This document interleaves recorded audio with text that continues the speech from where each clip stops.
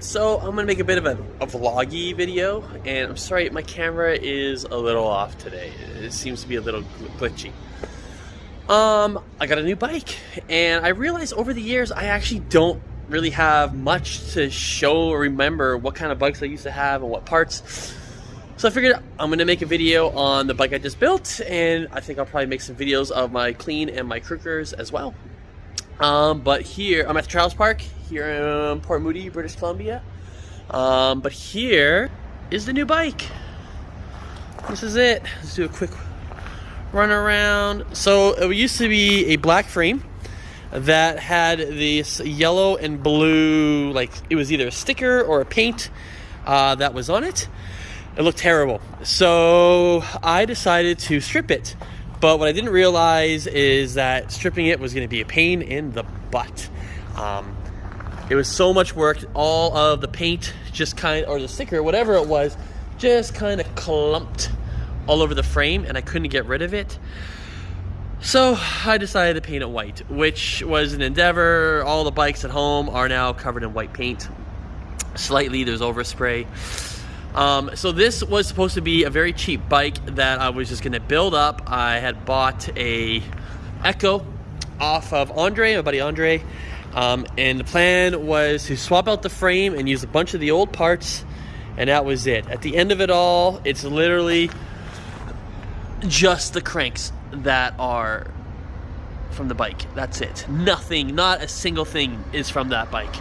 So here I'm going to walk you through some of the parts. It's a combination of new and used. So the Hope brake, the Trial Zone brake there, and of course the lever there is old, and the handlebars are old. I've had them for a while, and also those cranks and those titanium crank bolts. Other than that, everything is brand new. I put on a Hope hub, 88 engagements. Apparently it's supposed to feel a lot more on a mod. I don't think so. I had these chunky ass bolts. I actually just took these off, which are very blurry. There we go. Very nice and very epic. But unfortunately, they're not holding. They're not long enough. I accidentally only ordered 25mm ones, and I should have gotten way longer. So I already ordered them. They're on their way. This bike, I put on these pretty nice bolts for the brake, right there and right there. Hopefully that holds it nice and tight.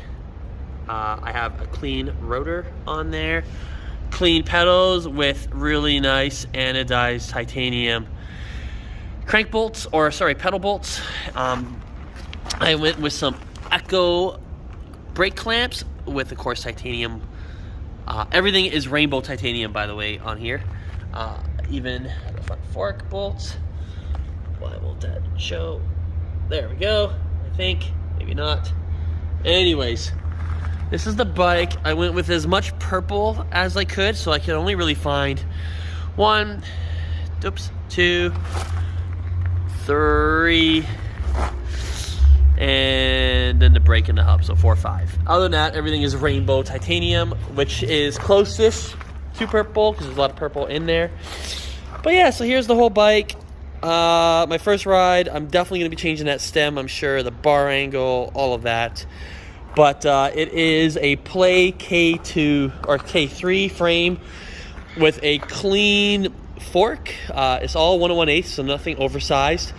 I have a clean rear rim, an Echo front rim, Magura brakes, Hope brakes. I do also have another front fork, which is why this is a disc brake hub, because I have a disc brake front fork. And on that I would put a Magura MT7. I like the way the stickers kind of morph from like blue, purple, pink. Again, trying to keep with that theme.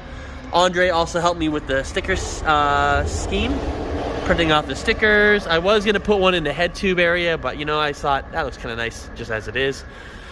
So that's it. Nothing more really. I just kind of wanted to do a video of my bike. Oh, and I've never actually, in all the mods I've ever had in my life, I've never used this style of backplate. And of course I put titanium bolts there too, because go big or go home, right?